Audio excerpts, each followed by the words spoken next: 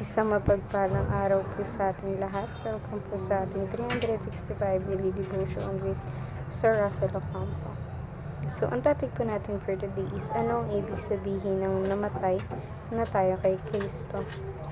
And may concept po ito na dying with Christ. This concept describes these believers break from their old life of sin through union with Christ by faith.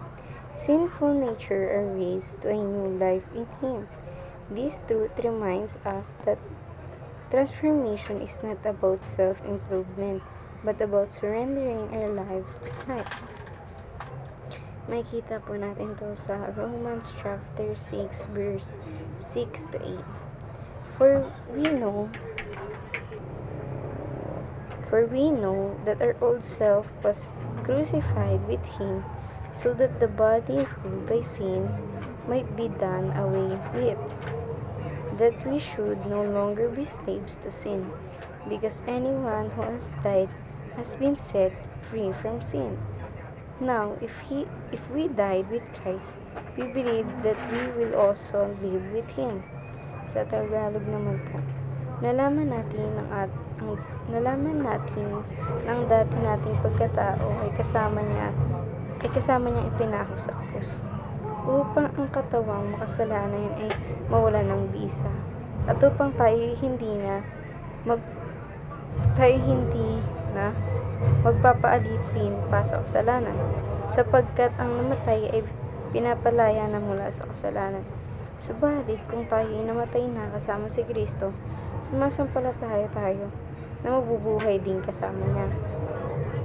Ngayon naman po, i-share ko po yung mga natutunan ko sa naging topic po natin for today.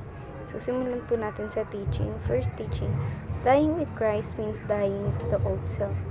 So, kung tayo po ay naniniwala na namatay tayo kasama ng Panginoon sa Kristo, kasama na rin pong namatay doon yung dating tayo, which is yung makasalanan. Ngayon naman sa second teaching, dying with Christ means crucifying our sins.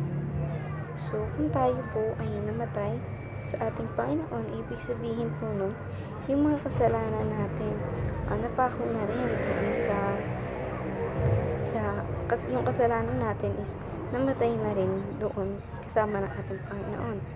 Ngayon naman, sa third teaching, dying with Christ means daily surrender. So, kung tayo po ay namatay na, yung dating tayo sa pamamagitan ng ating Panginoon sa Kristo, ibig sabihin nun, araw-araw po tayo nagsusurrender ng mga kasalanan natin sa ating Panginoon. Ngayon naman sa application na tayo. First application, surrender your life to Jesus. So, yung buhay po natin is hindi kasi po natin siya pamamayari. So, isurrender natin to sa ating Panginoon. Hindi yung ginagamit natin kung saan-saan yung katawan natin. Ngayon naman sa second application, crucify the desire of flesh. So, patayin natin yung pagnanasa ng sarili nating laman sa iba't ibang mga bagay. Hindi dapat natin sinusunod yung mga ganong bagay. Ngayon naman, sa third teaching naman, die and live for Christ. So, mamatay tayo sa ating Panginoon and mabuhay rin tayo sa ating Panginoon. Hindi yung namatay ka nga sa ating Panginoon pero sa ibang bagay ka nabubuhay. Ngayon naman sa discussion na tayo, what does it mean for you to die with Christ daily?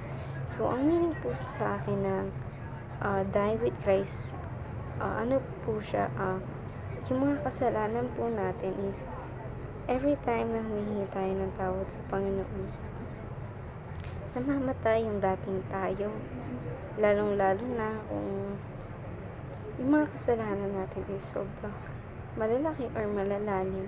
Pero once na tayo ay nanghingi ng gabay sa Panginoon at sorry sa Panginoon, agad niya naman tayong patatawarin.